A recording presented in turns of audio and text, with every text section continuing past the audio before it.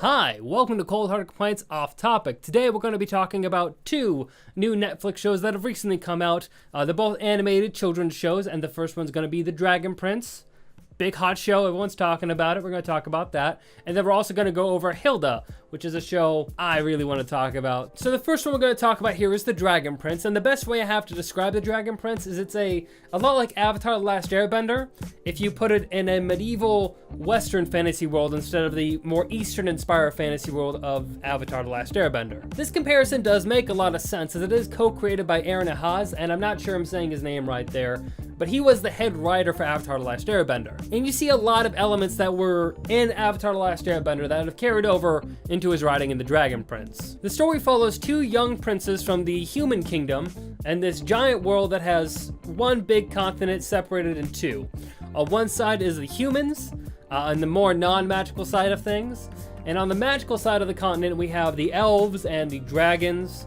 The dragons are ruled by the Dragon King, who is killed by the humans before the show takes place. The humans then also destroy the Dragon King's egg, the Dragon Prince, which is in a blue, brilliantly colored dragon egg. Destroying the egg means it cuts off the Dragon King's lineage, and this is an incredibly rare egg. An egg like this is only born once every 1,000 or so years. So in retribution of this, some Moon Shadow Elves get together and bind themselves to go and kill the king and the king's young son. Of course, in doing this, the elves and the humans are very aware that it will start a war that will engulf the entire continent. But while the princes are trying to escape one of the Moon Shadow Elves that's come to assassinate the prince, they come across a secret dungeon that contains the Dragon King's egg that was thought to be destroyed. Upon finding it, they realize if they take the egg and return it to the Dragon Queen, they can help prevent the war that is about to break out between both sides. On their adventure, they're joined by a Moon Shadow Elf named Rayla, who's incredibly talented and just way better than the princes, because our prince Callum is the main character. He's voiced by the same guy who voiced Sokka in Avatar: The Last Airbender. If you recognize this voice, that's what it is. He's more of a Sokka in that he's kind of incompetent, but he's learning and he's developing and he's growing.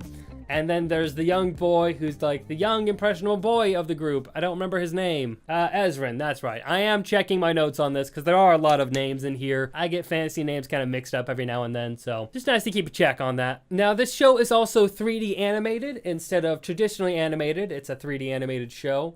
And that's the first part we have to start off as, because it's the part that a lot of people talk about when they talk about this show. The animation is bad, but it's bad in a weird way. The models, the backgrounds, everything looks great about it, but the movement of the models looks weird. The frames per second, the movement always feels a bit choppy. As you can see from some of the clips I'm showing you here, the movement just doesn't feel right. Now, it does kind of work in some of the action scenes, but it's not great, and it's never amazing even in the best moments. Now, again, the models look great. A lot of parts of this show look beautiful, but just the animation isn't there. Going into this, there also are a lot of jokes that, when trying to work with the animation, just completely fall flat. When you have characters trying to be over-exaggerated like Avatar: The Last Airbender would do, or anime would do, they have these over-exaggerated movements, but the movements don't look clear, so the joke fails. I don't want to talk too much about the animation because it's the most obvious thing to talk about. You just look at it, you can see there's an issue there. This doesn't feel like the make or break part of it. The animation's bad, but they can improve that. What I really want to talk about, though, is the writing in this show. And the writing in this show feels a lot like Avatar: The Last Airbender. Again, not very surprising how that happens. It is the same writer. It has a lot of problems. It feels a lot like Season 1 of Avatar: The Last Airbender, but not as good. And if you know Avatar: The Last Airbender, you know Season 1 is kind of rough. The season is only about 9 episodes, so there's not a whole bunch of filler, but everything does feel very rushed at times, or at least poorly paced. Scenes and emotions characters go through feel a bit too fast, which is an issue, and it's hard to connect with some of the characters. The humor in this show also just feels very out of place at times. Sometimes they're talking about really deep, serious issues, and someone's gonna crack a joke, and it just feels like, you know, people are dead, right? The humor just feels off in a lot of places and doesn't land a lot, so it's a bit weird. I feel like the main villain for the series is also confusingly written. Like, at times he feels like it can be complicated and deep. At other times he feels like he's about to twirl his mustache and say, "I'll get those kitties in that egg next time." It's a bit weird and confusing, and their overall characterization with their other characters, their main cast, I think falls flat in a lot of ways as well. There are fun interactions in between them, and Rayla, the elf, is probably the most developed character of all of them, but they have a lot of issues, and the show tries to get you to care about them in ways that aren't interesting, and sometimes feel like they're the main character, so you have to care about them. To me, it feels like Avatar: Last Airbender in the Western setting with dragons, and not as good. It's unfortunate that I'm saying that, but it does feel a lot like Avatar, and like they're not taking the best lessons out of it. And there's a lot of people who worked on Avatar who have been going off and doing Avatar similar shows. The one most notable is going to be Voltron, that's also a Netflix series. Voltron does it in the best way. They have a lot of depth to their characters, they have a lot of great development to their characters, and you feel like they naturally come together as a team. This does not happen as much in the Dragon Prince. Overall, I wouldn't say this is a great show, not yet. It has potential. They improve their animation, they buff up their writing, they grow and develop their characters. I think there's a lot of potential in this show, but I didn't really feel it a whole bunch in this season. It's interesting. Maybe give it a shot. If you like Western fantasy stuff, definitely, if you can bear the animation, go through it. But there's a lot of things wrong with it. Hope they get a season 2. Hope they can improve it. Maybe it'll get better. But from what I see right now, it's not great. Now, the other show I wanted to talk about is also a Netflix original series that came out really recently here, about a week or two ago, and it's called Hilda. It's about a little girl named Hilda who goes on crazy adventures in her world, which is a Scandinavian-inspired late 20th century world. It feels like our world, but it also has a whole bunch of mythical creatures in it. This show is wonderful. It's a very child-friendly show. If you have children, this is a perfect show for them. I highly recommend it for them. I love this show. I really enjoy folklore and myth, and I really like when they're integrated into a show. Hilda is very interesting though, because it takes place in a world that feels a lot like our own, but it also has a lot of mythical creatures. But mythical creatures aren't just like, oh my god, look at these creatures. It's, oh yeah, these people exist alongside of us. I also absolutely love the monster designs in this show. They have a way of making their monsters seem very personable and real, but it also feels like it's pulling on ancient folklore. The trolls are something I really love in particular. I love the giants, mainly the mountain giant in episode 2 that you'll meet. And I love how he seems big and impressive and scary, but also kind. You can understand the loneliness and the good nature to him.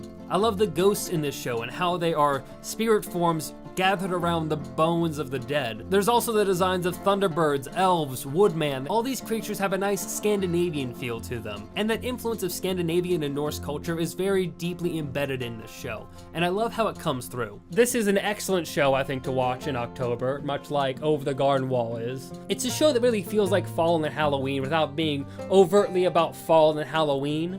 Like, it's for all seasons, but if you want to feel like you're in fall, Hilda's a great show for that. Hilda's color palette as a show has a lot of red, yellow, and orange. The color palette of this show screams autumn colors. These colors aren't just shown in outfits, it is the entire world. It's the town they live in. It's everything around them embodies this autumn flavor of coloring. There's also a great contrast of a nice light blue of Hilda's hair and some of her outfits, and you see this blue pop up a little bit every now and then. It sets up a color scheme that is autumn through and through. This show does a really great job of building on itself. Every episode feels like it's progressing and you're learning more about that world, and that knowledge you've learned about the world is applied to later episodes that you feel like you're learning and progressing and growing like Hilda is as she learns and grows and progresses in her world. I think there's a lot of great messages and morals that are in this show that I don't feel are ham-fisted and just driven into a child's brain. They go through them in a nice natural progression that feels real, it feels nice, it feels satisfying to the world you're in. And the relationships between kids don't feel like they're manufactured, they feel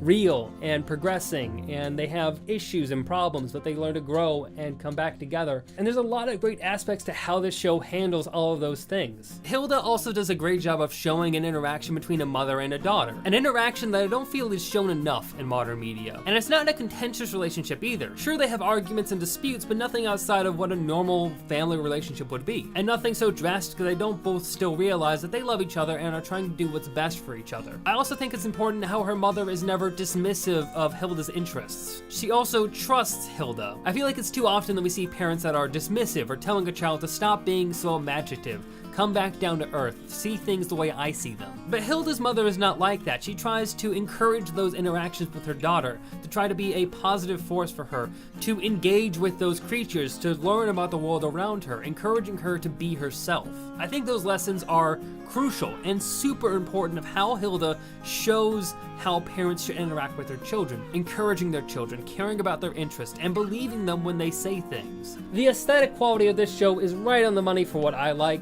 and the animation is amazing. There's a lot of great little movements that characters do.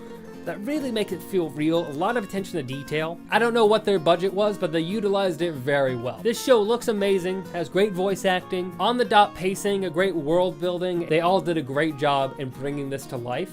Hilda is without a doubt a show I highly recommend, especially if you just want something to make you feel like you're in October. Hilda's gonna hit that spot really nicely. Fantastic show, and I want to watch it again when I'm done doing this. It's great. Highly recommend it. 13 episodes, nice and easy to get through. You'll be fine. With all that said and done though, I think that's all I got.